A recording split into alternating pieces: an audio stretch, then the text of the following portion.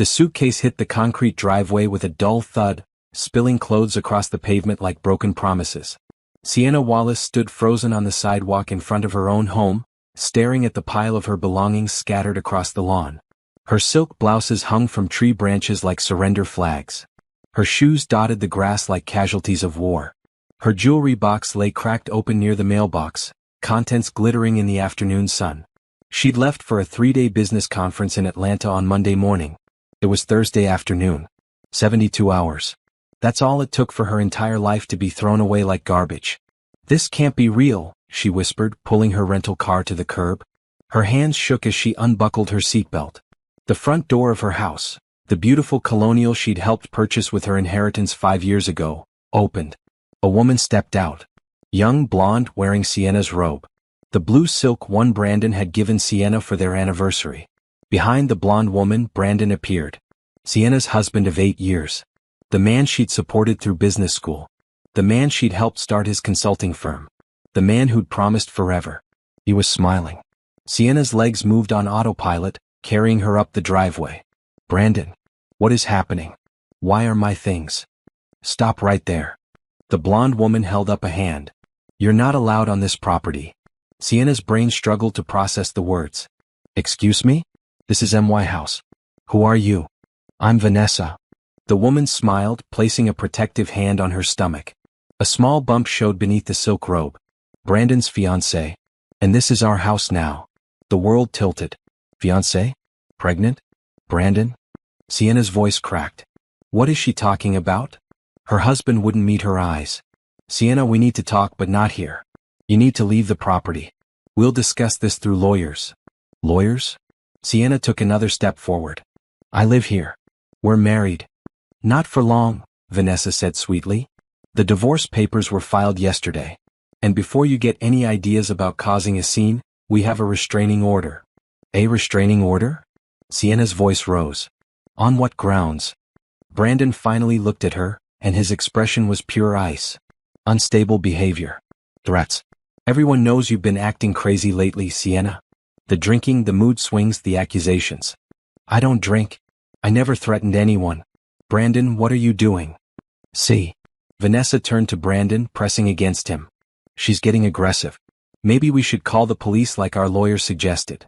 "You're calling the police on me?" Sienna felt hysteria rising in her chest. "I'm the one who came home to find my belongings thrown on the lawn." "Your belongings are being returned to you as required by law," Brandon said coldly. "Everything here belongs to me. The house, the cars, the accounts. You signed the postnuptial agreement 2 years ago, remember?" Sienna's mind raced. "What postnuptial agreement? I never signed." "Check with your lawyer." Brandon pulled out his phone. "Now, I'm going to give you 10 minutes to collect your things from the lawn. If you're not gone by then, I'm calling the police. The restraining order is already active. You come within 500 feet of this property again, you'll be arrested." "Brandon, please." Sienna hated the begging in her voice, but nothing made sense. "Can we just talk? Alone." "There's nothing to talk about." His voice was flat, emotionless. "Our marriage is over. It's been over. Vanessa and I have been together for 2 years. She's carrying my child. My real family. You were just a mistake. I stayed with too long. 2 years. While she'd been working 60-hour weeks to help pay the mortgage on this house. While she'd been supporting his business networking events. While she'd been planning their 10th anniversary trip. The accounts," Sienna said suddenly, "are joint accounts. My paychecks go there." Vanessa laughed. "You mean Brandon's accounts? The ones he closed yesterday?" "Yeah, that money's gone, sweetheart. Used to pay for the nursery." She patted her stomach again. "Thanks for the contribution." The ground seemed to disappear beneath Sienna's feet. "You can't do that. That's illegal. That's my money." The suitcase hit the concrete driveway with a dull thud, spilling clothes across the pavement like broken promises. Sienna Wallace stood frozen on the sidewalk in front of her own home, staring at the pile of her belongings scattered across the lawn. Her silk blouses hung from tree branches like surrender flags. Her shoes dotted the grass like casualties of war. Her jewelry box lay cracked open near the mailbox, contents glittering in the afternoon sun. She'd left for a 3-day business conference in Atlanta on Monday morning. It was Thursday afternoon. 72 hours. That's all it took for her entire life to be thrown away like garbage. "This can't be real," she whispered, pulling her rental car to the curb. Her hands shook as she unbuckled her seatbelt. The front door of her house, the beautiful colonial she'd helped purchase with her inheritance 5 years ago, opened. A woman stepped out. Young, blonde, wearing Sienna's robe. The blue silk one Brandon had given Sienna for their anniversary. Behind the blonde woman, Brandon appeared. Sienna's husband of 8 years. The man she'd supported through business school. The man she'd helped start his consulting firm. The man who'd promised forever. He was smiling. Sienna's legs moved on autopilot, carrying her up the driveway. Brandon. What is happening? Why are my things? Stop right there. The blonde woman held up a hand. You're not allowed on this property. Sienna's brain struggled to process the words. Excuse me? This is my house. Who are you? I'm Vanessa. The woman smiled, placing a protective hand on her stomach. A small bump showed beneath the silk robe. Brandon's fiancée.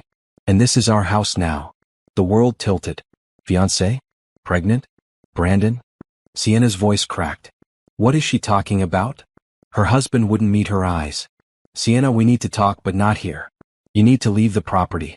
We'll discuss this through lawyers. Lawyers? Sienna took another step forward. I live here. We're married. Not for long, Vanessa said sweetly. The divorce papers were filed yesterday. And before you get any ideas about causing a scene, we have a restraining order. A restraining order? Sienna's voice rose. On what grounds? Brandon finally looked at her, and his expression was pure ice. Unstable behavior. Threats. Everyone knows you've been acting crazy lately, Sienna. The drinking, the mood swings, the accusations. I don't drink. I never threatened anyone. Brandon, what are you doing? See. Vanessa turned to Brandon, pressing against him. She's getting aggressive. Maybe we should call the police like our lawyer suggested. You're calling the police on me? Sienna felt hysteria rising in her chest. I'm the one who came home to find my belongings thrown on the lawn. Your belongings are being returned to you as required by law, Brandon said coldly. Everything here belongs to me. The house, the cars, the accounts. You signed the postnuptial agreement 2 years ago, remember? Sienna's mind raced. What postnuptial agreement? I never signed. Check with your lawyer. Brandon pulled out his phone. Now, I'm going to give you 10 minutes to collect your things from the lawn. If you're not gone by then, I'm calling the police. The restraining order is already active. You come within 500 feet of this property again, you'll be arrested. Brandon, please. Sienna hated the begging in her voice, but nothing made sense. Can we just talk? Alone. There's nothing to talk about. His voice was flat, emotionless. Our marriage is over. It's been over. Vanessa and I have been together for 2 years. She's carrying my child. My real family. You were just a mistake. I stayed with too long. 2 years. While she'd been working 60-hour weeks to help pay the mortgage on this house. While she'd been supporting his business networking events. While she'd been planning their 10th anniversary trip. The accounts, Sienna said suddenly, are joint accounts. My paychecks go there. Vanessa laughed. You mean Brandon's accounts? The ones he closed yesterday? Yeah, that money's gone, sweetheart. Used to pay for the nursery. She patted her stomach again. Thanks for the contribution. The ground seemed to disappear beneath Sienna's feet. You can't do that. That's illegal. That's my money. Our money, Brandon corrected. Community property. And since I have documentation of your unstable behavior and substance abuse issues, I was well within my rights to secure our assets before you could waste them. Substance abuse? Sienna's voice went shrill. I've never done drugs in my life. That's not what your medical records show. Brandon's smile was cruel now. The ones Dr. Patterson will testify to. The prescriptions for anxiety medication. The missed appointments. The erratic behavior. I don't have a Dr. Patterson. I don't take anxiety medication. Well, someone with your name and social security number does. Vanessa examined her nails. Funny how that works. The full scope of the trap became clear. They planned this. Created false records. Manipulated the system. Set her up to look unstable while they stole everything. You're insane, Sienna breathed. Both of you. This is fraud. Identity theft. You'll go to prison. We'll see about that. Brandon checked his phone. 8 minutes, Sienna. I'd start grabbing your clothes if I were you. The lawn service comes tomorrow. Anything left will be thrown away. A car pulled up behind Sienna's rental. Her neighbor, Mrs. Chen, got out looking concerned. Sienna? What's going on? Why are your things on the lawn? Stay out of this, Helen, Brandon called out. Sienna's having one of her episodes. We're handling it. Episodes? Mrs. Chen looked confused. But Sienna's always been so. Please, Vanessa interrupted. We don't want to involve the neighbors in our private business. Sienna's getting treatment. We're just helping her transition to a new living situation. Mrs. Chen's expression shifted from concern to pity. She looked at Sienna like she was broken. Damage. Someone to feel sorry for. I'm not crazy, Sienna said, but even to her own ears, it sounded desperate. Unhinged. Of course not, dear. Mrs. Chen backed toward her car. I'm sure everything will work out. I'll just leave you to it. She drove away quickly, not looking back. Sienna watched her go, understanding finally clicking into place. They'd been poisoning the well for months, spreading rumors, creating a narrative, making sure when this moment came no one would believe her. 6 minutes, Brandon announced. Sienna looked at the man she'd loved, the life she'd built, the home she'd invested in. All of it gone in 72 hours. She could scream. She could cry. She could beg. Or she could think. Fine, she said quietly, walking to the pile of clothes. I'll take my things and go. Smart choice. Vanessa leaned against Brandon, victorious. Sienna bent down, picking up her favorite blazer. Her hands shook, but her mind was clearing. Getting cold. Getting sharp. They thought they'd won. Thought they'd destroyed her. Thought she was helpless. They had no idea what they'd just started. She loaded her car in silence, ignoring their smug faces in the doorway. She didn't cry. Didn't plead. Didn't give them the satisfaction. When the last piece was loaded, she stood by her car door. You're right, Brandon. Our marriage is over. Has been for a long time. His smile widened. Glad you finally understand. Oh, I understand perfectly now. Sienna got in her car. See you in court. She drove away without looking back, leaving them laughing on the porch of her house. Let them laugh. Let them celebrate. Let them think they'd won. They just made the biggest mistake of their lives. And Sienna Wallace was going to make sure they paid for every single second of it. The Budget Stay Motel sign flickered in the dark, the letters U and D completely burned out. It read B Get Stay, in weak neon pink against the night sky. Sienna sat in her rental car in the parking lot, staring at the crumbling exterior. Peeling paint. Cracked windows. A few questionable characters smoking by the vending machines. This was her life now. She'd driven for 3 hours after leaving the house, pulling over twice to throw up on the side of the road. Adrenaline. The complete destruction of everything she'd known. Her phone buzzed for the 100th time. Text messages from friends. Concerned at first. Hey, Brandon said you're going through something? Are you okay? Girl, I heard about the separation. I'm so sorry. Let me know if you need anything. Sienna, Brandon showed me some messages you sent him. I'm worried about you. Are you getting help? What messages? She hadn't sent him anything except, what is happening? When she'd first seen the lawn.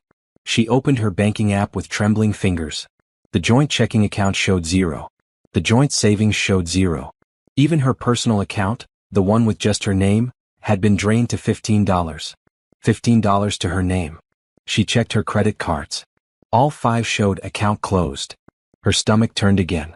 She pressed her forehead against the steering wheel, fighting the nausea. How was this legal? How was any of this legal? Her phone rang. Unknown number. She almost didn't answer, but something made her press accept.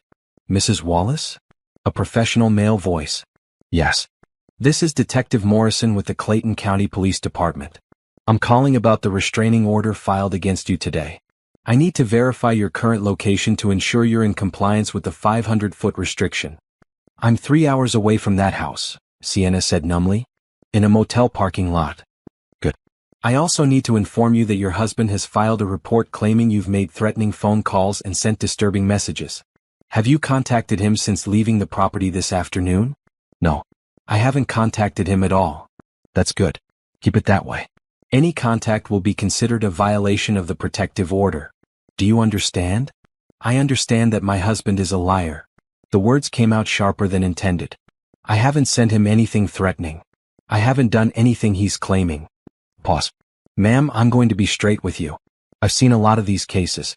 The best thing you can do is get a lawyer and stay away. Don't engage. Don't respond. Don't give him ammunition. He's already manufactured the ammunition. Fake medical records. False accusations. He's stolen all my money? Then let your lawyer handle it. But right now, tonight, you need to stay calm and stay away. Can you do that? Sienna closed her eyes. Yes. Good. Take care of yourself, Mrs. Wallace. The line went dead. She sat in silence for a long moment, then got out of the car. The motel office smelled like cigarettes and bleach. A tired woman behind bulletproof glass barely looked up. How long? Just tonight. Sienna pulled out her wallet. She had $200 in cash. The emergency money she kept in her suitcase for travel mishaps. How much? 65. Highway robbery for a roach motel, but Sienna didn't argue. She slid the cash through the gap. The woman handed her a key attached to a large plastic diamond keychain. Room 127. Checkouts at 10. No drugs, no prostitution, no parties. Wasn't planning on it. The room was exactly what she expected. Stained carpet. Suspicious bedspread. A bathroom that made her skin crawl. But it was shelter. It was somewhere to breathe. She set her suitcases down and sat on the edge of the bed, careful not to touch the comforter. Her phone buzzed again. More messages. She scrolled through them, watching her life disintegrate in real time. Sienna, I love you, but I can't be in the middle of this. Brandon showed me proof of your behavior. Get help. I always knew something was off with you. Brandon deserves better. You need serious psychiatric help. Leave that poor man alone. Every mutual friend. Every couple they'd socialized with. Every person she'd considered part of her life. All of them turning against her based on whatever lies Brandon had fed them. She wanted to defend herself. To scream the truth at them. But Detective Morrison's words echoed in her head. Don't engage. Don't respond. Don't give him ammunition. Instead, she opened her email. Bills. Overdue notices. Her car insurance had been canceled. Her health insurance had been terminated. Even her gym membership had been revoked. Brandon had been thorough. She found a notification from her employer. A meeting scheduled for Monday morning with HR. To discuss recent concerns about your behavior and performance. He'd gotten to her job too. Sienna felt the tears finally come. Hot, angry tears that blurred her vision and choked her throat. She'd done everything right. Worked hard. Been loyal. Built a life. And it had all been destroyed in 3 days.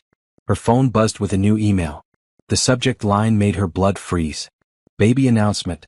Join us in celebrating. She clicked it against her better judgment. A professional photo shoot. Brandon and Vanessa. Her hand on her pregnant belly. His hand over hers. Both of them glowing with happiness. We're having a girl. Due in 6 months. Join us for the gender reveal party next weekend. Your presence would mean the world to us as we start our new family. The email list included everyone. Every mutual friend. Every business contact. Every member of Sienna's own family. Her sister had responded. Congratulations. So happy for you both. Her mother had responded. What wonderful news. God bless you. They knew Sienna was still married to Brandon. They didn't care. She threw the phone across the room. It hit the wall and clattered to the floor. The silence afterward was suffocating. Sienna sat on the disgusting bed in the horrible motel room and finally let herself break. She sobbed until her throat was raw, until her head pounded, until no more tears would come. When the crying stopped, she felt hollow. Empty. Like everything inside her had been scooped out and thrown away with her clothes on that lawn. But in the hollow place, something else stirred. Something cold and sharp and focused. She picked up her phone from the floor. Screen cracked but still working. She scrolled through her contacts until she found what she needed. Jerome Patterson. Her attorney. The one who'd handled her father's estate years ago. The one who specialized in complex litigation. She sent a text. Jerome, it's Sienna Wallace. I need your help. Emergency. Can you call me tomorrow morning? The response came in 30 seconds. What kind of emergency? Divorce. Fraud. False accusations. Theft. My husband is trying to destroy me. Another quick response. I'll call you at 8 a.m. Don't talk to anyone else. Don't sign anything. Don't contact your husband. Can you do that? Yes. Good. We'll fix this. I promise. Sienna set the phone down. The tears had stopped. Her breathing had steadied. Brandon and Vanessa thought they'd won. Thought they'd taken everything. Thought she was broken. They'd forgotten who she was before she'd met Brandon. Who she'd hidden to find authentic love. The family she'd walked away from to build her own life. They'd forgotten that Sienna Wallace knew how to fight. And they'd just declared war on the wrong woman. She stood up, walked to the bathroom, and looked at herself in the cracked mirror. Red eyes, tear-stained face, wrinkled clothes. But underneath it all, she saw someone stronger emerging. Someone who wouldn't cry anymore. Someone who would make them pay. This is just the beginning, she told her reflection. They have no idea what's coming. Tomorrow she'd start rebuilding. Tomorrow she'd begin the real fight. Tonight she'd rest. Because the woman who woke up tomorrow would be different from the one who'd found her belongings on the lawn. That woman was gone forever. And what rose in her place would be unstoppable. The phone rang at exactly 8 in the morning. Sienna had been awake for 3 hours, sitting at the motel's stained desk, making lists. Everything she knew. Everything she could prove. Every document she might need. Jerome. Sienna. His voice was calm, professional. Tell me everything. Start from the beginning. She did. The trip to Atlanta. Coming home to her belongings on the lawn. Vanessa. The pregnancy. The restraining order. The emptied accounts. The fake medical records. The turned friends. All of it poured out in a steady stream. Jerome listened without interrupting. When she finished, there was a long pause. They made mistakes, he finally said. What? That wasn't what she'd expected. Brandon's a consultant, not a lawyer. He thinks he's smart, but he's sloppy. The restraining order without evidence. Draining accounts before the divorce is final. Claiming medical records that don't exist. These are all actionable mistakes. So what do I do? First, do nothing. I know that's hard to hear, but anything you do right now will be used against you. Don't contact him. Don't contact Vanessa. Don't contact mutual friends. Don't defend yourself on social media. Radio silence. Jerome, he's turned everyone against me. Let him. Anyone who believes his lies without hearing your side isn't your friend anyway. We're playing a longer game here. Papers rustled in the background. Second, I need you to gather documents. Bank statements from the last 5 years. Property records. Emails. Text messages. Anything showing joint assets and your contributions to them. Can you do that? Most of it's on my laptop. I grabbed it when I left. Good. Third, I'm going to hire a private investigator. The best one I know. Vanessa Hart, you said? Yes. Something about that name sounds familiar. Let me make some calls. Don't be surprised if your husband's pregnant fiancée has a more interesting past than he realizes. Hope flickered in Sienna's chest. You think you can find something? Sienna, in my 30 years of practice, I've learned that people who run elaborate cons usually have practice. This is too well coordinated to be Brandon's first rodeo, and I highly doubt it's Vanessa's either. What about my job? HR wants to meet with me Monday. Don't go. Call in sick. You're experiencing a mental health crisis due to your husband's abuse. Which, legally speaking, you are. Document everything he's doing as emotional and financial abuse. We'll use it later. I can't just not show up. Yes, you can. Whatever Brandon told them is already poisoned. You walk into that meeting, you give them a chance to fire you or force you to resign. Stay away. Make them come to you in writing. Everything in writing from now on. Sienna made notes on her legal pad. What else? Do you have somewhere safe to stay long-term? Not that motel. I have $135 to my name, Jerome. The motel is all I can afford. Another pause. Your father's estate. The trust fund. Did Brandon know about it? No. Sienna's voice went quiet. I never told him. I wanted him to love me for me, not my family's money. Smart. Can you access it? I haven't touched it in 8 years. When I married Brandon, I wanted to make it on my own. Prove I didn't need family money. Well, you need it now. Call the trust administrator today. Get access to your funds. Use them for legal fees, private investigators, and a proper place to live. This is war, Sienna. You need resources. The thought of using her family's money made her stomach turn. It felt like admitting defeat. Like proving she couldn't survive without them. Sienna? Jerome's voice gentled. This isn't about pride anymore. This is about survival. Your husband committed fraud. He's trying to destroy your reputation, steal your assets, and leave you with nothing. Use every weapon you have. Okay. Good. I'll file a response to the restraining order this afternoon. I'll also file for emergency relief to freeze all accounts and prevent asset dissipation. We'll request a forensic accountant to trace where your money went. What about the false medical records? The claims I'm unstable? We'll subpoena the records. If they don't exist, that's perjury. If they're forged, that's fraud. Either way, Brandon's in serious trouble. How long will this take? The truth? Months. Maybe a year. Divorce litigation is slow, especially when fraud is involved. And if we find criminal activity, which I suspect we will, it could take even longer. Sienna's shoulders slumped. A year of this? A year to destroy him completely. To make sure he never does this to anyone else. To get everything you're entitled to and then some. Is that worth it? She thought about Vanessa's smug face. Brandon's cold eyes. Her belongings scattered on the lawn. Yes. Then we start today. I'll send you a secure document portal link. Upload everything you have.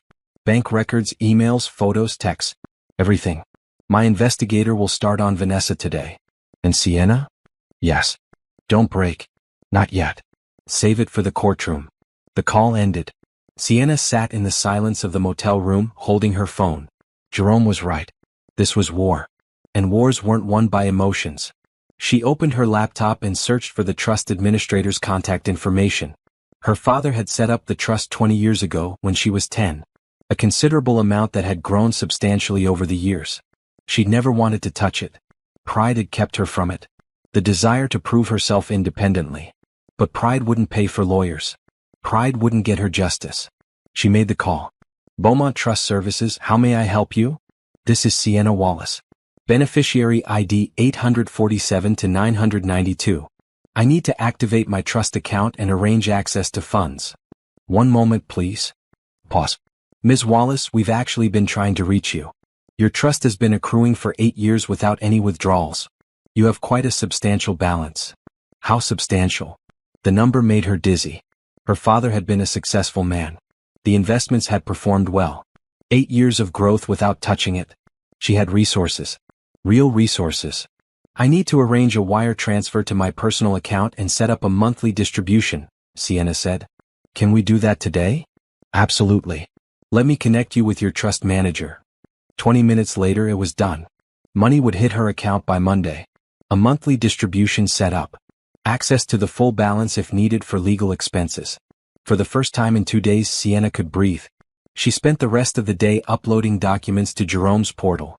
Every bank statement she had. Every email from Brandon. Every photo of the house, the cars, the life they'd built together.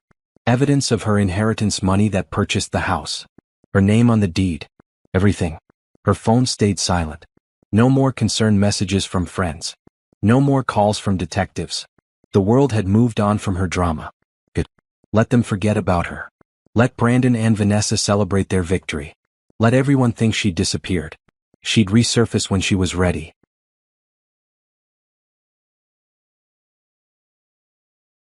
With an army. That evening Jerome emailed. My investigator found something interesting about Vanessa Hart.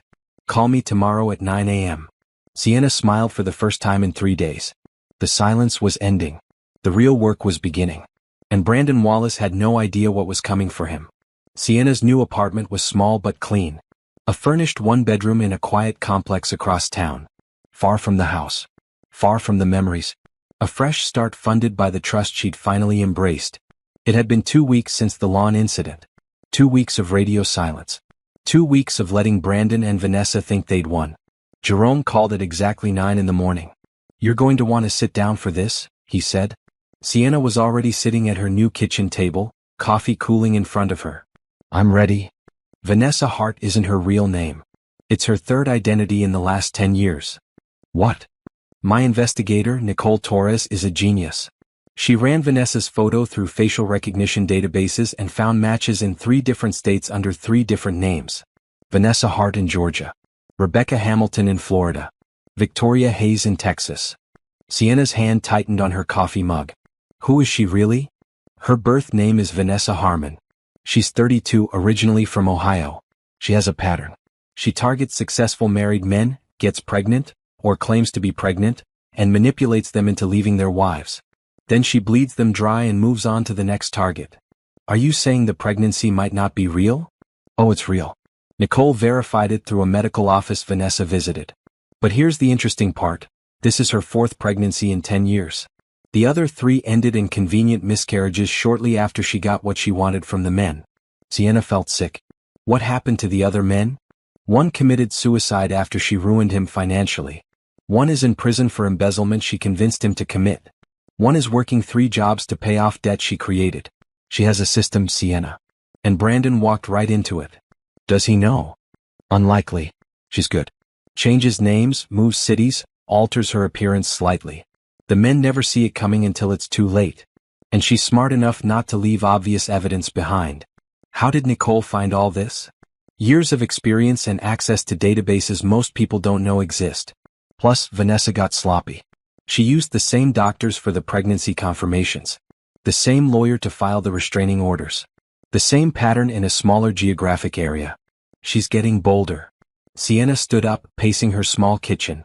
What about the false medical records Brandon has on me? That's where it gets better.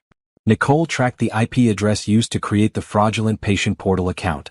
It originated from Brandon's office. He did it himself. That's identity theft. And medical fraud. And perjury if he tries to use it in court. We have enough to bury him criminally, not just in the divorce. Have you told the police? Not yet. Nicole's still gathering evidence. We want the complete picture before we hand it over to law enforcement. But Sienna, there's more. More? Brandon's been embezzling from his consulting firm. Small amounts at first, but increasing over the last 2 years. Right around when he met Vanessa. Sienna sat down hard. His own company? The one I helped him start. The one you're still listed as a minority stakeholder in according to the original LLC paperwork. Which means you have legal standing to request a full audit of the books. How much has he stolen? Preliminary estimates? Over $200,000. The number hung in the air. $200,000. Stolen from his own company. Stolen from his business partners.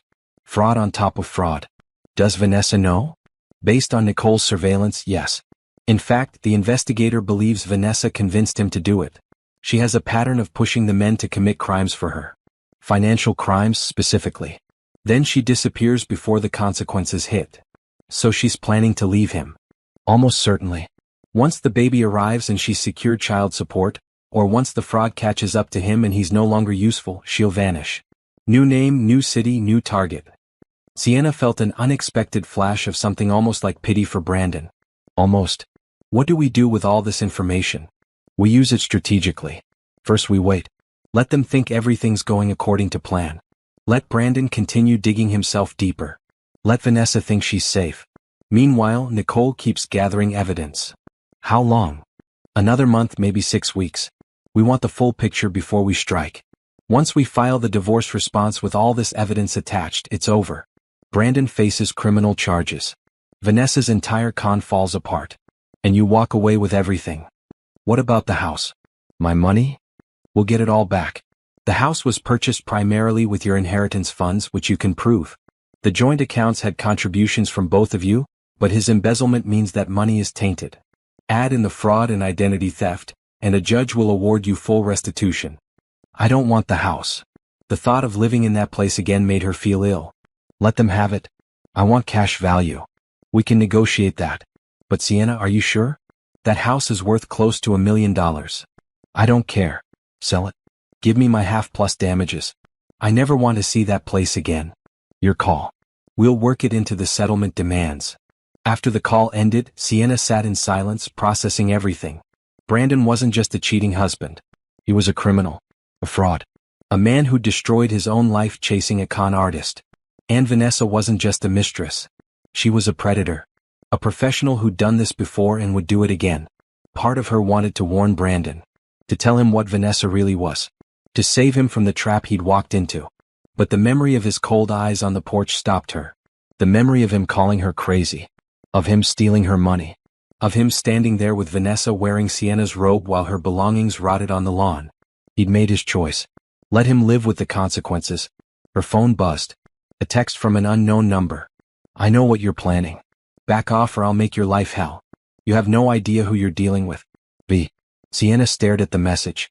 Vanessa knew. Somehow she'd figured out Sienna wasn't just disappearing quietly. Her first instinct was fear. Then anger. Then something colder. She screenshot the message and sent it to Jerome and Nicole. Then she blocked the number and set her phone down. Let Vanessa threaten. Let her try to intimidate. Sienna wasn't backing down. Not now. Not ever. She pulled out her laptop and opened the folder Jerome had created for evidence. Photos. Documents. Bank records. Everything they gathered. Then she opened a new document. Started writing. A timeline.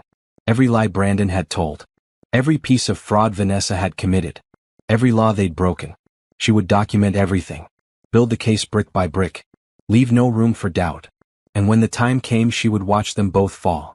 The quiet woman they'd thrown away was gone. In her place stood someone who knew exactly what she was dealing with. And she was just getting started. Jerome's office was downtown, occupying the entire 15th floor of a glass tower. Sienna had been there once before, years ago, when her father's estate was being settled. She'd forgotten how impressive it was. Sienna. Jerome stood from behind his massive desk. He was 62, with silver hair and sharp eyes that missed nothing. You look better. I feel better. It was true. 3 weeks of sleep, proper food, and focused anger had restored her. Ready to fight. Good. Sit. He gestured to the conference table where a woman with black hair and intelligent dark eyes waited. This is Nicole Torres. My investigator. The genius, Sienna said, shaking her hand. Nicole smiled. Jerome exaggerates. I just know where to look and who to pay for information. She's being modest. Jerome opened a thick folder. Nicole, show her what you found. Nicole pulled out her laptop and turned it to face Sienna. I've been tracking Vanessa for 3 weeks. Full surveillance. These are some highlights. The screen showed photos. Vanessa meeting with a man in a coffee shop. Vanessa at a bank. Vanessa with Brandon at restaurants, doctor's appointments, furniture stores. Who's the man in the coffee shop? Sienna asked. Lawyer. Not the one representing her in your case. This one specializes in offshore asset protection and shell companies. Nicole clicked to another photo. She met with him 3 times. Always paid in cash. Always in different locations. She's planning to hide money. Already has hidden money. Nicole pulled up bank records. Vanessa has accounts in the Cayman Islands under her real name. She's been moving funds there from each of her previous marks. Current balance is approximately $800,000. Sienna felt her jaw drop. She's stolen that much? Over 10 years from multiple men, yes. And she's about to add Brandon's embezzled funds to it. Jerome leaned forward. Here's what we know. Brandon has stolen $200,000 from his firm. Vanessa convinced him to do it. The money is currently in a joint account they opened together, but she has sole access to the online banking. Once the baby is born and child support is established, she'll drain that account, disappear to a new identity, and start over somewhere else. Leaving Brandon to face the consequences alone. Exactly. His business partners are already suspicious. They've noticed the discrepancies but haven't confronted him yet. Nicole's source inside the firm says they're planning their own audit next month. So Brandon's trapped. Even if he wanted out, he can't undo what he's done. Right. And Vanessa knows it. She has him exactly where she wants him. Jerome pulled out another document. Now, let's talk about your divorce strategy. I'm listening. We have 3 options. Option 1. We file immediately with all the evidence we have. It's explosive. It destroys them both instantly. But it's also incomplete. There are still gaps in Vanessa's history that Nicole is filling in, and we don't yet have hard proof of all Brandon's embezzlement. What's option 2? We wait another month. Let Nicole complete her investigation. Let Brandon dig himself deeper with the embezzlement. Then we file with an airtight case that guarantees criminal prosecution for both of them. And option 3? Jerome's smile was sharp. We negotiate. We approach Brandon privately with some of the evidence. Offer him a deal. He gives you everything, the house, the money, a generous settlement, and we keep the embezzlement quiet. He avoids prison but loses you and everything you built together. Sienna considered the options. What do you recommend? Option 2. Maximum damage. Full justice. But Sienna, I have to warn you, going that route means this gets ugly. Public. Your name will be in court documents alongside accusations of fraud and embezzlement. The media might pick it up. Your family will find out everything. My family already thinks I'm the unstable one Brandon says I am. The bitterness in her voice surprised her. They sided with him without even asking my side. That brings up something important. Jerome's expression grew serious. Your trust fund. The one that's funding this case. Did Brandon ever know the full extent of your family's wealth? No. I told him my father left me some money. I never said how much. I wanted. She trailed off. You wanted to be loved for yourself, not your money. I understand. But Sienna, your full legal name includes your father's family name. The one you stopped using when you married. Sienna's stomach tightened. Beaumont. Sienna Beaumont Wallace. The Beaumont family. Real estate dynasty. Your father was James Beaumont, who owned half the commercial property in 3 states. Your uncle currently sits on the boards of Fortune 500 companies. Your mother's maiden name is Hayes, from the Hayes banking family. I haven't used those connections in years. But they exist.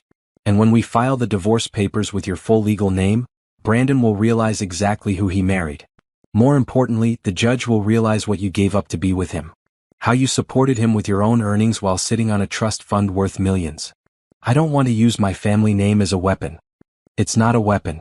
It's context. It shows you had every resource available and chose independence.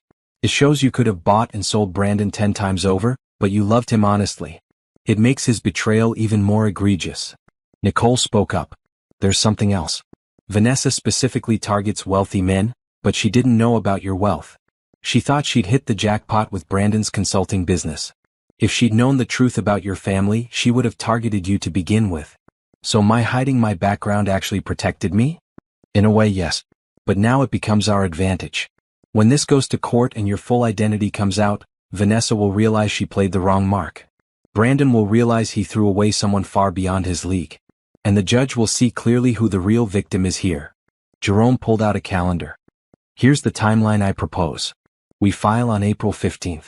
That gives Nicole 6 more weeks to complete her investigation. It also means we file just before tax day, which will highlight Brandon's financial fraud even more. The criminal charges will come shortly after from both the IRS and the state. What happens to Vanessa? We'll provide evidence of her con artist history to law enforcement. She'll face charges for fraud, identity theft, and conspiracy to commit embezzlement. She might cut a deal to testify against Brandon, but either way her pattern is exposed. No more victims.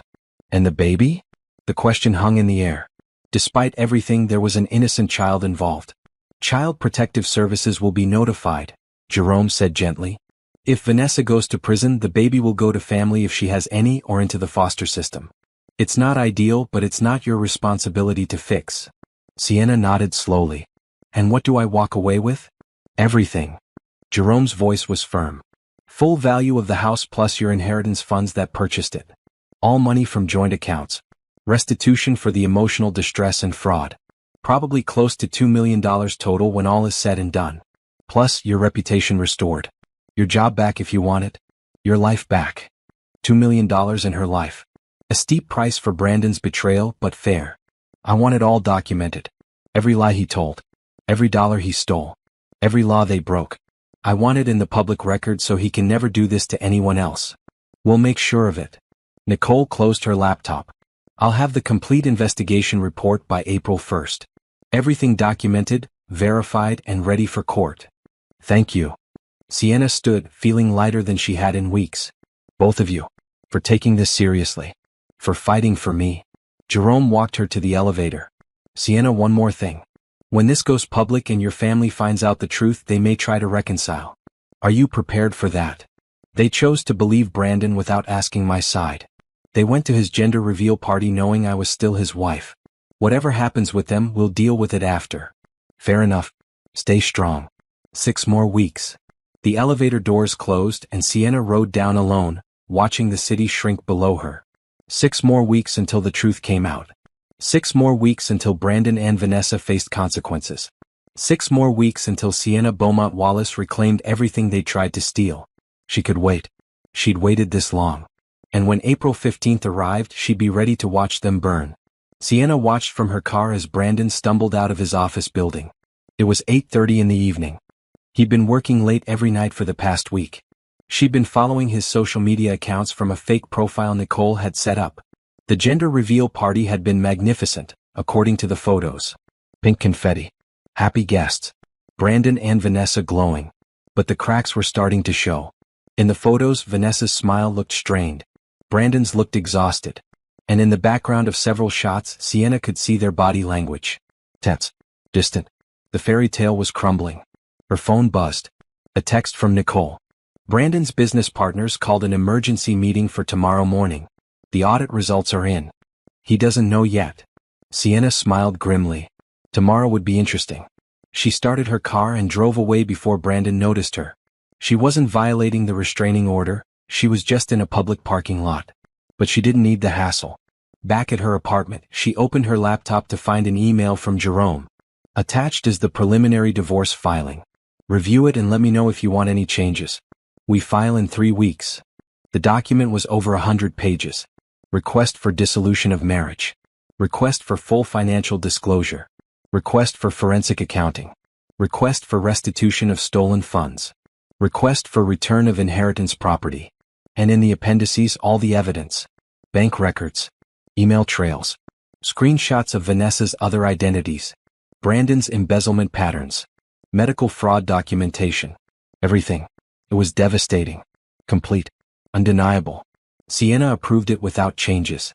The next morning she drank coffee and waited.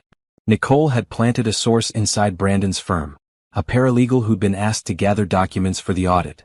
The woman was loyal to Nicole, not to Brandon's partners, and she reported everything.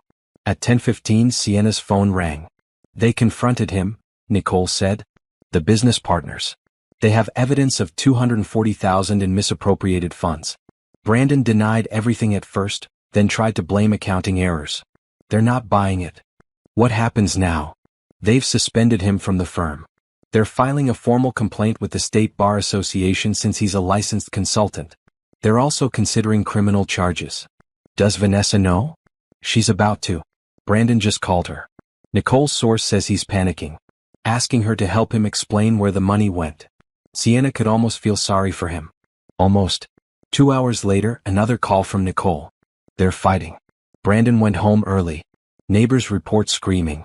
One of them threatened to call the police if it doesn't stop. Document everything. Already on it.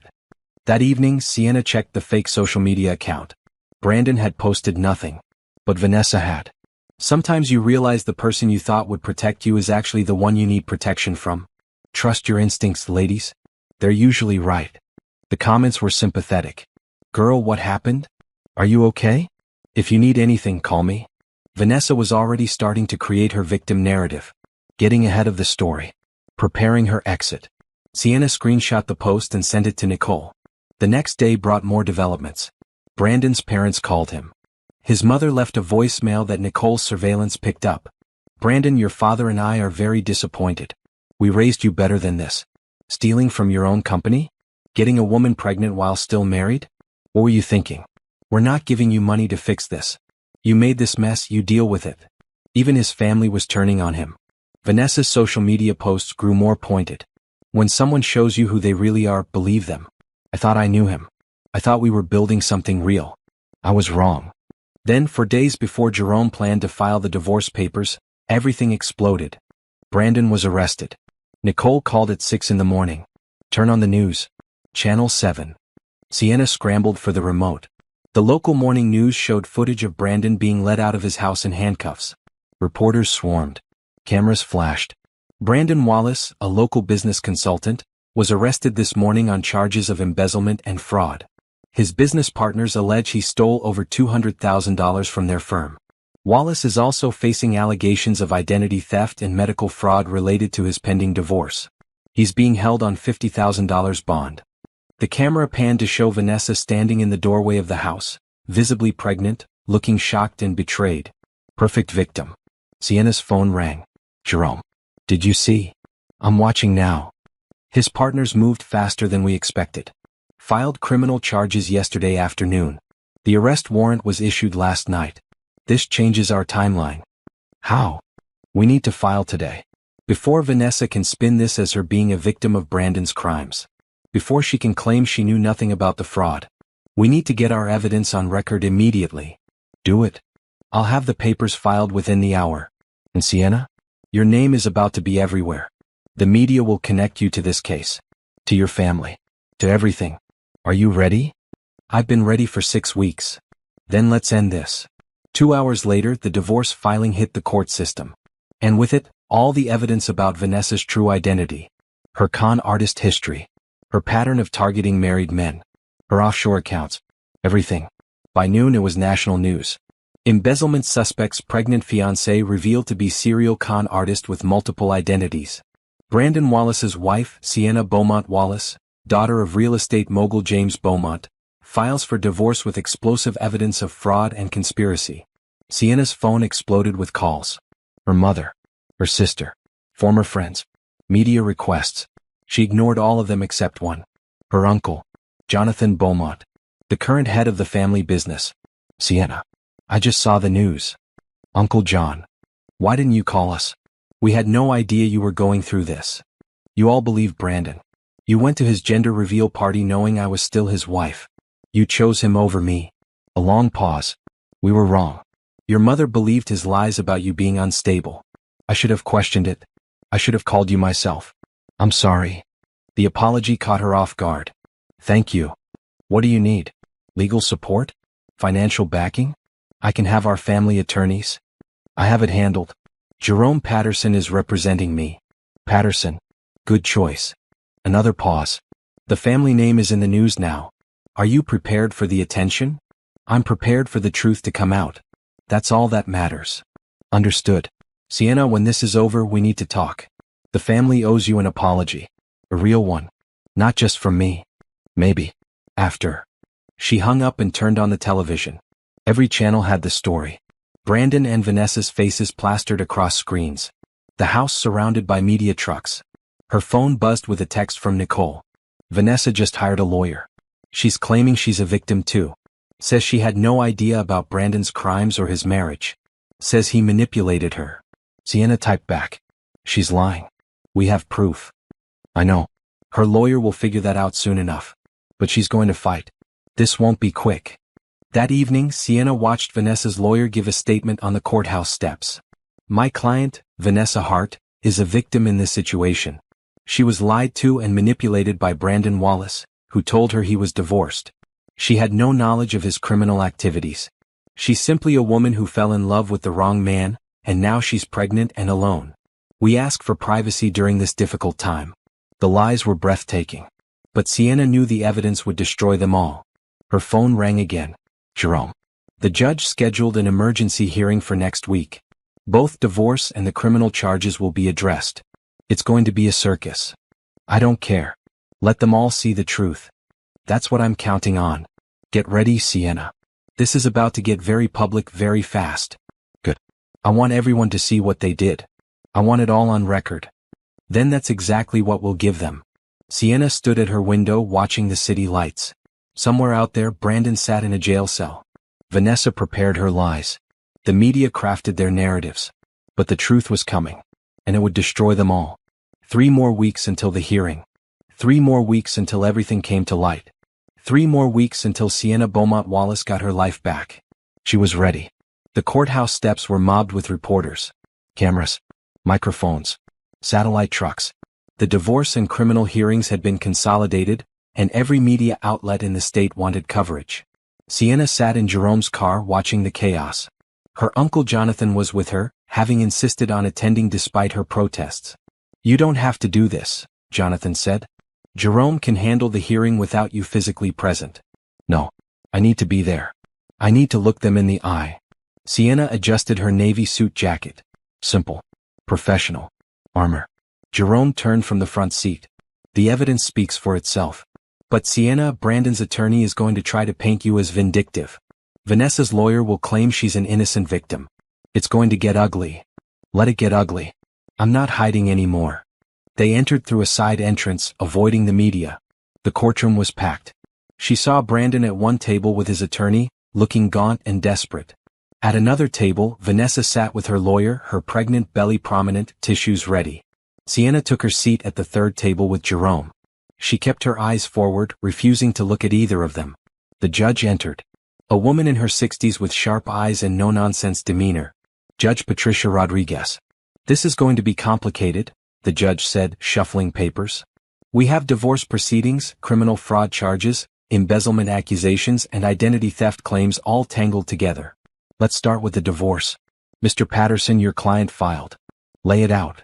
Jerome stood. Your Honor, my client Sienna Beaumont Wallace seeks dissolution of her marriage to Brandon Wallace on grounds of fraud, adultery, and financial abuse. The evidence will show that Mr. Wallace, in conspiracy with Vanessa Harmon, who is using the false identity of Vanessa Hart, engaged in a deliberate scheme to defraud my client of her assets, destroy her reputation, and steal her inheritance. Brandon's lawyer jumped up. Your Honor, these are outrageous accusations. My client made mistakes in his marriage, yes, but criminal conspiracy? There's no evidence. We have extensive evidence, Jerome interrupted smoothly. Bank records showing Mr. Wallace drained joint accounts without my client's knowledge or consent. Documentation of false medical records he created to make Ms. Wallace appear mentally unstable. Communications between Mr. Wallace and Ms. Harmon planning the execution of their scheme. And evidence of Mr. Wallace's embezzlement from his own firm to fund his new life with Ms. Harmon. The judge raised an eyebrow. That's serious. Ms. Grant, you're representing the other woman? Vanessa's lawyer stood. Yes, Your Honor. And I must object to Ms. Harmon being included in these proceedings. She's a victim of Mr. Wallace's deception. She had no knowledge of. We can prove otherwise, Jerome cut in. He handed a folder to the bailiff. Your Honor, this contains evidence that Vanessa Harmon, also known as Rebecca Hamilton, also known as Victoria Hayes, has run this exact scheme 3 times before in 3 different states. She targets married men, gets pregnant, manipulates them into committing fraud, then disappears with the money. My investigator has documented her entire pattern. The courtroom erupted. Reporters scribbled notes. Vanessa's lawyer looked shocked. Vanessa herself went pale. Order. Judge Rodriguez banged her gavel. She opened the folder and read silently for several minutes. Her expression grew darker with each page. Ms. Grant, did you know about any of this? Vanessa's lawyer stammered. Your Honor, my client assured me she was a victim. I had no idea. Then perhaps you should speak with your client before we proceed further. The judge's tone was ice. Because based on this evidence, Ms. Harmon is facing serious criminal charges herself. Vanessa leaned over to whisper frantically to her lawyer. Sienna watched, emotionless. Judge Rodriguez continued. Mr. Wallace, stand up. Brandon stood on shaky legs. You're accused of embezzling over $200,000 from your business, creating fraudulent medical records, identity theft, and conspiracy to commit fraud. How do you plead to these charges? Your Honor, Brandon's voice cracked. I made terrible decisions. I was manipulated. Vanessa told me that Sienna was hiding money from me, that she was planning to leave me and take everything. I panicked. I did things I shouldn't have done, but I was trying to protect myself. By stealing from your wife and your business? The judge's disbelief was evident. I was going to pay it all back. I just needed time. Time you spent throwing your wife's belongings on the lawn and filing false restraining orders against her? Brandon had no answer. The judge turned to Vanessa. Ms. Harmon, or whatever your real name is, do you have anything to say? Vanessa stood, one hand on her stomach. Her voice was soft, broken. Your Honor, I'm 7 months pregnant. I thought Brandon was divorced. I thought we were building a life together. When I found out the truth, I was devastated. Yes, I've made mistakes in my past, but I'm trying to do better. I don't deserve to be attacked like this. You don't deserve? Jerome's voice cut through her act. Your Honor, may I? The judge nodded. Jerome pulled out more documents. Ms. Harmon has offshore accounts in the Cayman Islands containing over $800,000 stolen from previous victims. She has an appointment scheduled with an international lawyer next month to establish a new identity. She's already planning her next con. Vanessa's mask cracked. That's a lie. We have the bank records, the lawyer consultations, the travel itinerary. Jerome's voice was relentless. Your pregnancy is real, but everything else about you is a lie. You targeted Brandon because you thought he was wealthy. You convinced him to embezzle money. You helped him destroy his wife's reputation. And you were planning to disappear the moment the baby was born. You can't prove any of that. Actually, we can. Nicole stood from the gallery and handed a flash drive to the bailiff. Video surveillance. Recorded phone calls. Email trails. Ms. Harmon's entire conspiracy documented over 6 weeks. The judge inserted the flash drive into her computer and watched in silence. The courtroom held its breath. After 10 minutes, Judge Rodriguez sat back. I've seen enough.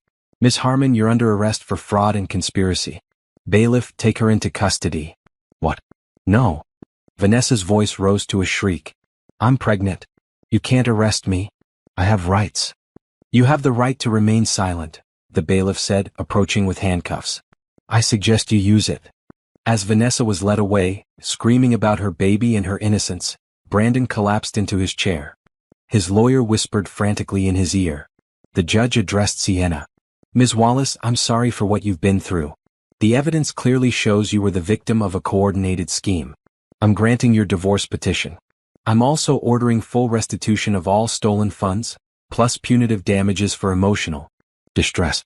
The house purchased with your inheritance money is awarded to you. Mr. Wallace will face criminal charges in addition to these civil judgments. Thank you, Your Honor. Sienna's voice was steady. One more thing. The judge looked at Brandon. Mr. Wallace, you threw away a woman from one of the most respected families in this state. A woman who loved you honestly despite her wealth. A woman who could have bought and sold you but chose to build a life with you as equals. You betrayed that gift in the most despicable way possible. I hope your time in prison gives you the opportunity to reflect on what you lost. Brandon said nothing. Just stared at the table broken. Court is adjourned. The gavel fell. Outside the courtroom, media swarmed. Sienna stood on the steps with Jerome and Jonathan facing the cameras. Ms. Wallace, how do you feel about the verdict? Relieved. Justice was served today. Did you know about your husband's crimes? I suspected fraud when I came home to find my belongings on the lawn. But I had no idea about the extent of the conspiracy until my attorney investigated. Vanessa Harmon claims she's a victim. Do you believe her? The evidence speaks for itself. Ms. Harmon is a professional con artist with a documented history. She's not a victim. She's a predator. What happens now? Sienna looked directly into the camera. Now I rebuild my life. I focus on healing. And I make sure that what happened to me doesn't happen to anyone else. How will you do that? I'm establishing a foundation to help women escape financial abuse and rebuild after divorce. No one should have to go through what I went through alone. The questions continued, but Jerome gently guided her away. That's enough for today. Thank you. In the car, Jonathan squeezed her hand. You were magnificent. I just told the truth. That took courage. I'm proud of you. Your father would be proud of you. Sienna let the words sink in. Her father. The man she tried so hard not to need. The man whose legacy had ultimately saved her. Thank you, Uncle John. That evening, Sienna sat in her apartment watching the news coverage. Brandon's arrest. Vanessa's screaming exit. The judge's condemnation. Her phone buzzed. A text from her mother. I'm sorry. For everything. Can we talk? Sienna stared at the message for a long time. Then she replied. Not yet. But someday. When I'm ready. For now, she had everything she needed. Justice. Freedom. Her life back. And the knowledge that she'd fought for herself and won. That was enough. 3 months had passed since the hearing. Spring had turned to summer, and Sienna's life had transformed completely. She sat in her new office looking out over the city. Not the small apartment anymore. A real office in a commercial building. Professional. Clean. Hers. The sign on the door read, Phoenix Rising Foundation, supporting women through financial abuse and recovery. Nicole walked in carrying coffee. The website went live this morning. We've already had 12 requests for help. 12? Sienna took the coffee gratefully. That's more than I expected on day one. Your story resonated with people. Women who've been through similar situations who had nowhere to turn. Now they have somewhere. The foundation had been Sienna's focus for the past 3 months. While Brandon awaited trial and Vanessa sat in jail fighting extradition to 3 other states, Sienna had poured her energy into building something meaningful. The foundation offered free legal consultations, financial counseling, temporary housing assistance, and emotional support for women escaping abusive relationships. All funded by Sienna's settlement money and backed by her family's resources. Jerome called, Nicole said. Brandon's trial is set for next month. His lawyer is pushing for a plea deal. What kind of deal? 5 years in prison, full restitution, probation after release. They're arguing he was manipulated by Vanessa and deserves leniency. What do you think? Nicole shrugged. He was manipulated. But he still made choices. Stole money. Created false records. Destroyed your reputation. Those were his decisions. I'm not opposing the plea deal. Sienna had thought about this carefully. 5 years is enough time for him to understand consequences. I don't need him to spend his entire life in prison. I just need him to face accountability. That's generous of you. It's not about generosity. It's about moving forward. The longer his trial drags on, the longer I stay connected to his story. I want it finished. Fair enough. What about Vanessa? What about her? Her baby was born 2 weeks ago. A girl. She's in foster care while Vanessa fights charges in 4 states. Sienna felt a pang of sadness for the innocent child. Is there family? Vanessa's parents are petitioning for custody. They claim they had no idea what their daughter was doing. They seem genuine. I hope they get her. The baby deserves better than Vanessa. Nicole's phone buzzed. She checked it and smiled. Your mother's here. Reception just called. What? Sienna hadn't seen her mother since before the divorce. They'd exchanged occasional texts, but nothing substantial. I didn't know she was coming. She called this morning. Said she needed to see you. I told her where to find you. Before Sienna could respond, her mother appeared in the doorway. Patricia Beaumont Hayes looked older than Sienna remembered. More worn. But her eyes were clear and sincere. Sienna. Mom? Nicole quietly left, closing the door behind her. Patricia looked around the office. This is impressive. The foundation. Everything you've built. Thank you. Can I sit? Of course. They sat across from each other, an ocean of unspoken words between them. Patricia spoke first. I owe you an apology. A real one. Not a text message or a voicemail. Face to face. Okay. I believed Brandon's lies. He told me you were having a breakdown, that you were making accusations against him that weren't true. He said you needed help and I believed him because... She paused, gathering courage. Because it was easier than facing the possibility that my judgment was wrong. That I'd welcomed a monster into our family. He was convincing. That's not an excuse. I'm your mother. I should have called you directly. Asked your side. But I didn't and I'm sorry. I failed you when you needed me most. The apology was simple. Honest. More than Sienna had expected. Thank you for saying that. I also came to tell you something else. Your sister wants to apologize too. She's ashamed of how she acted. Going to that gender reveal party, posting about it on social media. She was thoughtless and cruel. She can apologize herself if she wants. I'm not stopping her. She's afraid. Afraid you won't forgive her. I haven't decided yet about forgiveness. But I'm open to conversation. Eventually. Patricia nodded, accepting that. Your uncle told me about the foundation. What you're doing to help other women. I'd like to contribute if you'll let me. Money, yes, but also time. I used to volunteer at women's shelters before your father died. I'd like to do that again. Why? Because seeing what happened to you made me realize how many women go through this alone. How many don't have the resources you had. How many suffer in silence because no one believes them. I want to help. If you'll let me. Sienna studied her mother's face. Saw genuine remorse. Genuine desire to make amends. The foundation needs volunteers. If you're serious, talk to Nicole. She'll get you set up with training. I'm serious. I promise. They sat in comfortable silence for a moment. Mom, can I ask you something? Anything. Did you ever doubt Dad? Your marriage?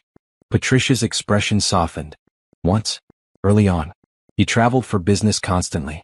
I was young and insecure. I convinced myself he was having an affair. I hired a private investigator. Can you believe that? Spent thousands of dollars investigating my own husband. What happened? The investigator found nothing. Your father was exactly where he said he was, doing exactly what he claimed. Working. Building the business that would support our family. When I confronted him with my suspicions, he wasn't angry. He was sad. Sad that I didn't trust him. We almost divorced over it. I never knew that. We worked through it. I learned to trust my partner and he learned to be more communicative about his work. It made us stronger. But I remember that fear, Sienna. That certainty that I was being betrayed. It colors everything. Makes you doubt reality. Brandon used that against me. Made everyone think I was paranoid and unstable. I know. And I'm sorry I believed it. I should have remembered my own experience. Should have known better. Patricia stood. I'll let you get back to work. But Sienna, thank you. For letting me apologize. For giving me a chance to make amends. Thank you for coming. After her mother left, Sienna sat at her desk processing the conversation. It wasn't perfect. Years of hurt couldn't be healed in one talk. But it was a start. Jerome called an hour later. Brandon's plea deal was accepted. 5 years, full restitution, 10 years probation after release. The sentencing is next week. Do you want to make a victim impact statement? Sienna had been preparing for this question. Yes. I have things I need to say. Write it down. I'll review it before the hearing. She spent that evening writing. Not with anger but with clarity. About the impact of Brandon's choices. About the women who'd reached out to the foundation with similar stories. About the importance of accountability. When she finished, it was 3 pages. Honest, powerful, final. She sent it to Jerome and waited for his response. Perfect. This will make a difference. Not just for your case but for others watching. You're changing the narrative, Sienna. That was all she'd wanted from the beginning. Not revenge. Not destruction. Justice. Truth. Change. And she was getting all 3. The foundation was growing. Her family was healing. Her life was rebuilt. Brandon would face consequences. Vanessa would face consequences. Other women would be helped. It was enough. More than enough. It was everything. The courtroom was packed for Brandon's sentencing. Media. Victims from his business. Character witnesses. And Sienna sitting in the front row with Jerome. Brandon sat at the defense table in an orange jumpsuit. He'd lost weight. Aged years in just months. When he glanced back and met Sienna's eyes, she saw nothing but emptiness. Judge Rodriguez entered. The same judge who'd presided over the divorce. She reviewed her notes silently before speaking. This is the sentencing hearing for Brandon Wallace, who has pleaded guilty to embezzlement, fraud, identity theft, and conspiracy. Before I pass sentence, I want to hear from the victims. We'll start with Mr. Wallace's former business partners. 2 men approached the podium. Sienna recognized them from news coverage. Richard Stevens and Paul Chin. Brandon's partners at the consulting firm. Richard spoke first. Your Honor, Brandon Wallace wasn't just our business partner. He was our friend. We trusted him with our company, our clients, our reputation. He betrayed that trust by stealing over $200,000 that was meant for operating expenses, employee salaries, and business growth. Because of his theft, we had to lay off 3 employees. We lost contracts. Our reputation suffered. Paul continued. The financial damage can be calculated, but the personal betrayal can't. We thought we knew this man. We celebrated his successes. We supported him through challenges. And all the while he was stealing from us and lying to our faces. That kind of betrayal doesn't heal easily. The judge thanked them and looked at her list. Next, I'd like to hear from Sienna Beaumont Wallace. Sienna stood, her statement in hand. She walked to the podium and took a breath. Your Honor, I married Brandon Wallace 8 years ago. I believed I'd found a partner. Someone who loved me for who I was, not my family name or wealth. I hid my background specifically to find that authentic connection.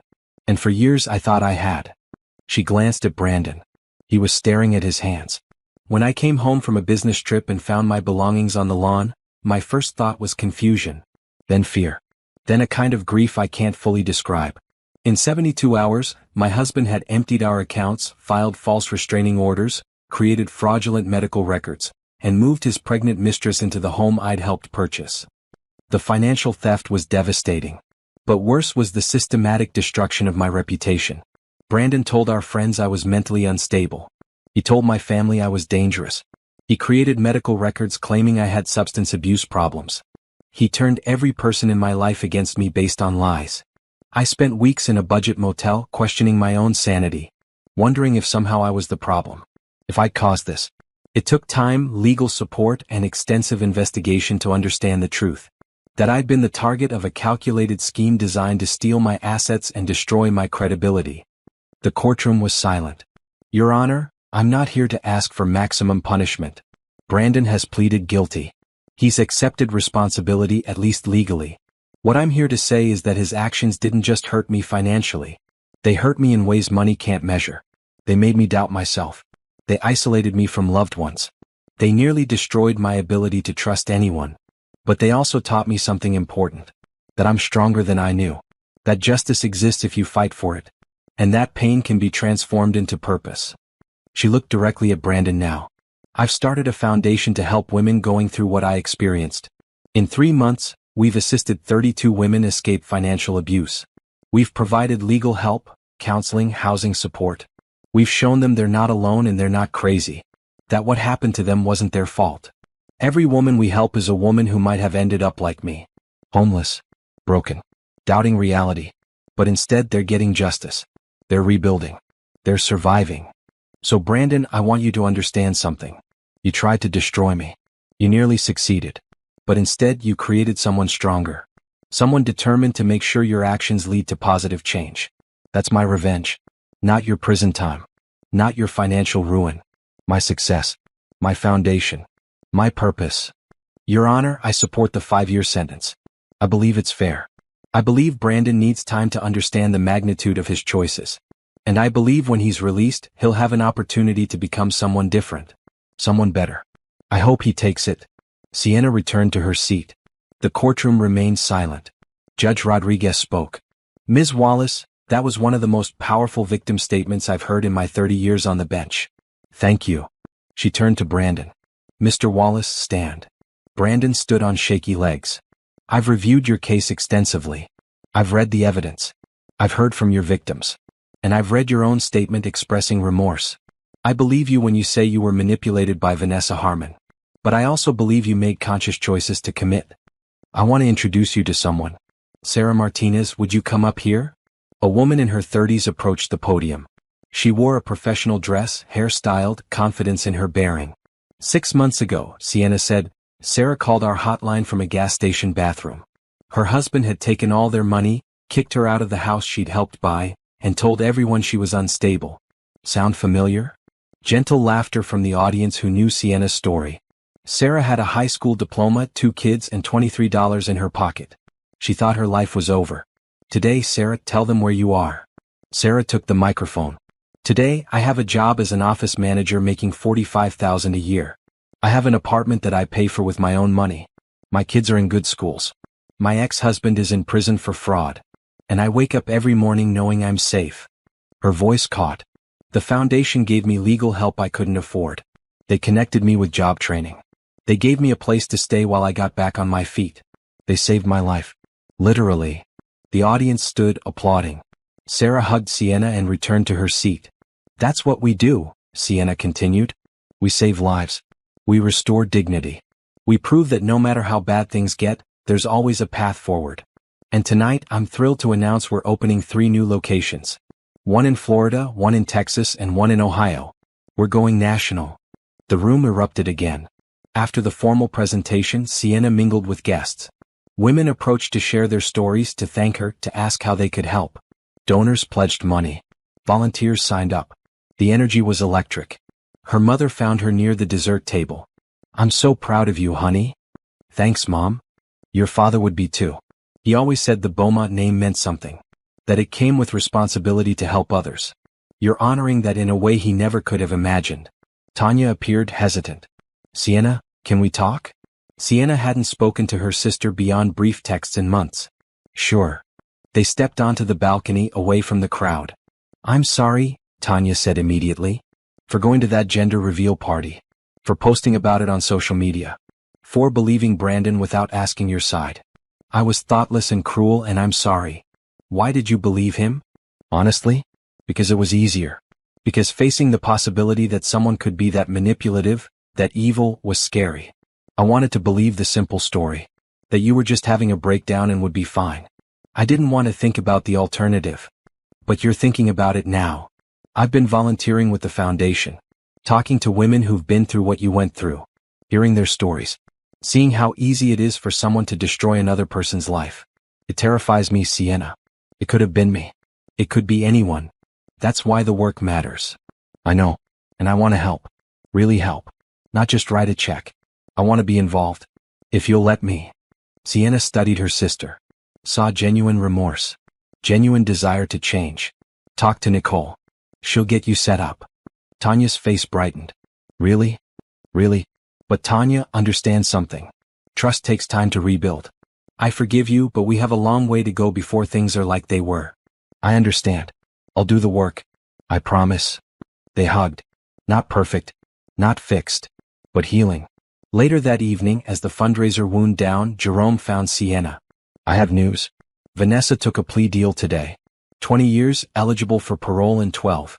She'll serve time in Florida first, then be transferred to Texas and Georgia to face charges there. 20 years. She ran the same con 4 times. Destroyed 4 families. Stole nearly $1 million total. She's lucky she's not facing life. What about her daughter?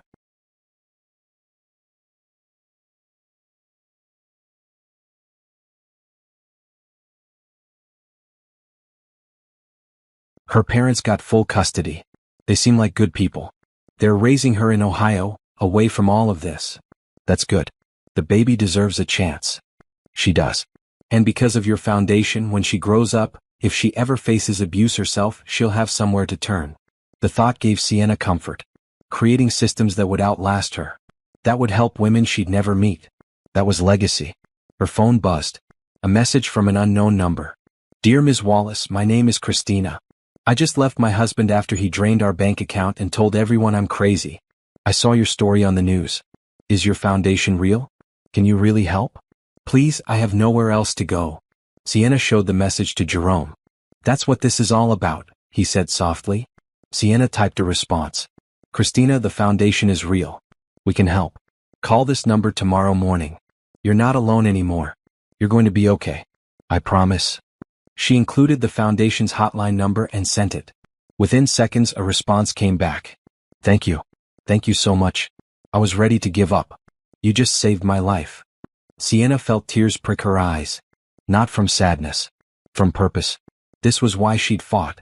Why she'd survived. Why she'd transformed her pain into something meaningful. For Christina. For Sarah. For the 123 women who'd already found help. For the thousands more who would come. She looked out over the ballroom. Saw women laughing, networking, supporting each other. Saw the foundation's banner hanging proudly. Saw the future she'd built from the ashes of her worst nightmare. Brandon was in prison. Vanessa was in prison. They'd faced consequences. But Sienna? She was free. Free from the marriage that had trapped her. Free from the lies that had nearly destroyed her. Free from the fear that had paralyzed her. She was stronger. Wiser. Purposeful. She'd taken the worst thing that ever happened to her and turned it into the best thing she'd ever done. And that was the real victory. Not revenge. Not destruction. Transformation. Nicole appeared at her side. We got 3 more calls during the event. Women needing help. Word is spreading. Good. We'll help them all. Sienna, you did it. You really did it. You built something that matters. Sienna smiled. We built it. All of us.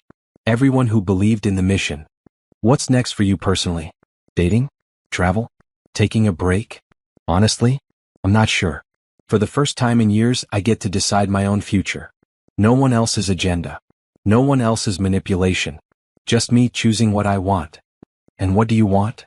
Sienna thought about it. Really thought. Peace. Purpose.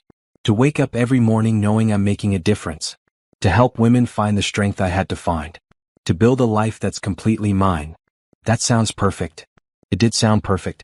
And for the first time since finding her belongings on that lawn, Sienna believed it was possible. Her phone buzzed again. Her Uncle Jonathan. The family is having dinner next week. Your grandmother wants to see you. Will you come? She hesitated, then replied. I'll be there. It was time. Time to reconnect with family. Time to heal old wounds. Time to move forward.